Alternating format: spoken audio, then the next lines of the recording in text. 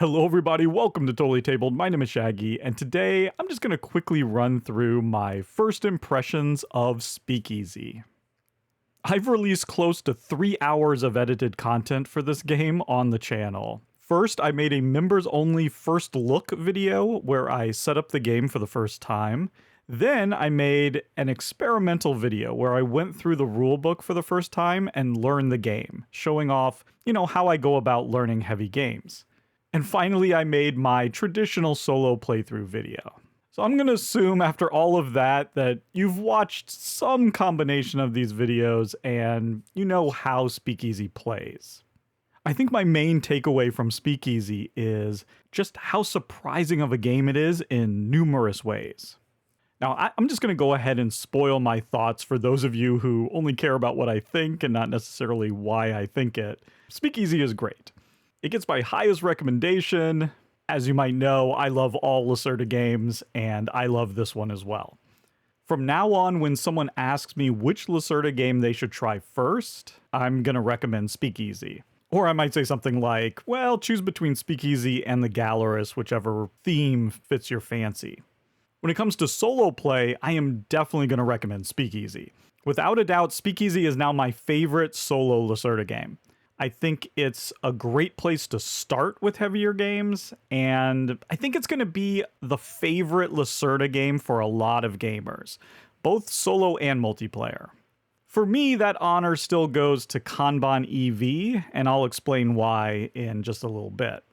But I think the first thing that surprised me about Speakeasy was how great of a first impression it makes. You can actually watch that happen in real edited time in my videos. I took one look at the box, which is easily 1.5 times thicker than any other Lacerda game, and I was preparing myself for a mental challenge. Instead, I was treated to a surprisingly straightforward learning experience. Straightforward is going to be the word of the day. I keep coming back to that word. Don't get me wrong, it's still a heavy game, there's still a ton of rules, they're just easier to learn than most Lacerdas.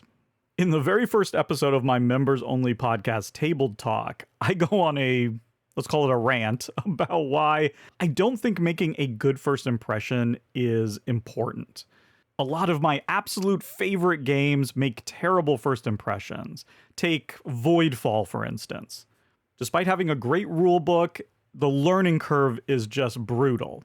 It's a tough game to get into. It takes numerous plays before it really opens up. And that's why the early buzz, I don't know if everyone remembers this, but it was a little bit mixed. There was quite a lot of apprehension out there until a lot of people really started to get their teeth into the game and just see what a masterpiece it is. That's not the case with Speakeasy. From what little I've seen, and again, I haven't done extensive research on this, but it appears as if the hype is pretty high for it right now. Early reviews are quite good, and that speaks to just how, again, straightforward and approachable the game is for being such a heavy game. And that leads nicely to my second surprise, which is this is probably the friendliest big box Lacerda game ever made. For a game about mobsters in Prohibition-era New York, that is not exactly what I was expecting. You have zero direct conflict or take that between any of the players, which is a major positive for me, don't get me wrong, but it's maybe not exactly what you expect, thematically. The main interaction comes from, just the area control as you're trying to control these different districts. There's also some competition for those cooked book spaces. And then the rest is just standard stuff, taking cards or taking mobsters that you might want, taking locations on the board you might want. The real conflict isn't directed at the other players, but rather the game itself. It's those police officers that are getting in your way, right? It's those mob wars that are coming in that you have to defend yourself from. That's really where the tension lies, and I was not expecting that. It's one of the reasons why it makes such a great solo game, actually, but again, you think for this theme, there would maybe be a little bit more direct interaction with the players. You would especially expect that for the worker placement. This game has the friendliest worker placement and really just sort of bog standard worker placement of any of his games. That's just not surprising. That's downright shocking to me. If you've played any of his other games, you know that his worker placement is usually extremely tight. I mentioned Kanban EV. That worker placement or worker movement is brutal. It is a knife fight in a phone booth. If you've played Vinos, you know how tight that worker placement, again, worker movement is. And even in his last game, Inventions, your own pieces were getting in the way. Here, the worker placement feels wide open. Not once did I ever feel like I couldn't go to the spot that I wanted to and take the action that I needed to take. Not once. Part of that is because in, the 1 to 2 player game, there's multiple places that you can go where you're effectively doing the same action. One is slightly better than the other. But even if both of those are filled, you can go to the park and just swap places. And you can do that twice. Also, the restaurant can have infinite pieces there. In a couple of places, it doesn't matter which spot you go on because they're exactly the same. Plus, there's just so many spots in total, and you're only putting out, in the first round, 4 pieces times 2, so 8 total pieces. And you're putting out just 6 for rounds 2 and 3. So at least in the solo and the 2-player game, and I would assume in the 3-player game, maybe the 4-player game is tighter. That would make sense. But, you flip that board over, there's more spaces for the 3 and 4-player game. So the 3-player game is probably just as open. I don't know. I haven't played it multiplayer. But it's just not tight by design, right? Again, not as thematic as I thought it would be. I really thought the worker placement was going to be, as brutal as the time period. And what's funny is the game is actually really thematic in a lot of different ways. You can really lean on the theme in order to learn the game. In fact, your production chain is very thematic. It reminds me a lot of Vinos. You're building your stills and your speakeasies and your nightclubs and your casinos. You're producing your barrels at the stills. You're then picking up and delivering to your different buildings. And then you're selling the spirits at those buildings to make money. You need to put your family members out there to protect from the police. You need strength and associations with other mobsters to protect against these mob wars. It's all really thematic. And of course, the production is through the roof as always. Ian O'Toole's artwork is fabulous as always. Everything is there to put you into this thematic mindset, except there's just not a lot of tension between the players. And I know that's going to bother a lot of people. A lot of people that are drawn to this game because of the theme are going to be disappointed. This is really a Euro game without that much player interaction. I can't attack your buildings. I can't cut off your supply lines. I can't even really partner with you in any meaningful way. And that's a rarity for a Lacerda game. Usually, there's a lot of opportunities for players to both interact positively and negatively. Almost all of that has been removed from Speakeasy.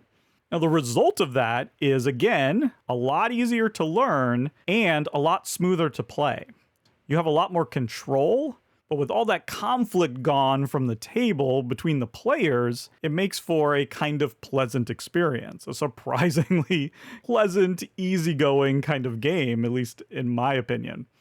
I can imagine a world where I could, sick the mob wars on my opponent, or where I could bribe the police to go over to mess them up, or I could intercept, some barrels on their way to a speakeasy and destroy them.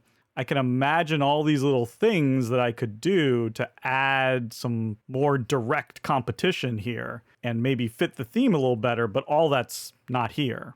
It's really an optimization puzzle. I'm running my production line, you're running your production line, and we're just trying to be efficient. Slightly getting in each other's way here or there, but not as much as I was kind of hoping for. And I think that's why Kanban EV still remains my favorite of his games. That worker movement system, and I've talked about it before, is so brilliant. It's so tense. It's so thinky. That's a game that doesn't care about what action you want to take. It says, so what if that's what you want to do? It's all about what can I do? And what can I do so that maybe in the next round, I'll be able to do what I want to do. Here, if you want to do something, you can do it. And not only that, but you're going to have many ways to be able to do it. Maybe a helper card will let you take an action. Maybe just playing a operations card will give you the action you need. Maybe it's a worker placement spot. Maybe you just need to go to the restaurant and, play your city tiles and that'll let you do it. I think for most players, that's their preferred type of game. I know this by the popularity of Garfield games, which are entirely designed with that mindset, in mind. You want to do something, just do it. You just need to figure out what you want to do and whether that's the right thing to do. I actually prefer when a game puts up a few more obstacles or where I need to be a little bit more clever about being able to do what I want to do. Maybe the worker placement spots are tight, maybe money's tight, maybe I have to be clever about the order in which I do things, maybe I need to overcome some obstacles that I wasn't expecting. To me, that adds another layer, and I enjoy that. I think a lot of gamers find that extra layer to be frustrating. I think that's what turned off a lot of people to Weather Machine. I really love Weather Machine, but it's complex. It can be difficult to do all the things that you want to do when you want to do them. Inventions even had a little bit of that. Vinos has a lot of that. Kanban has a lot of that. So I think I can see why Speakeasy is going to be so popular. So again, I personally love it. I'm going to play this a ton. I'm going to play this solo. So is the replayability there the same way it is with, Kanban and some of these other games? I don't know. But I'm really excited to find out. So there you go. Those are some rambling thoughts about Speakeasy. I think I'm going to end it here. I'd like to thank all of the financial supporters of Totally Tabled, including the totally radical Mitch Fisher, Hextra, John Kohler, Scott Myers, and Jay Satterwhite, as well as the totally bodacious Jeff Fitzsimmons. If you're interested in becoming a member, you can join on YouTube or my Patreon at www.patreon.com/totallytabled. You'll gain access to my new exclusive podcast, Table Talk, as well as unboxing videos and whatever extra stuff I come up with. As always, thank you so much for watching, and goodbye.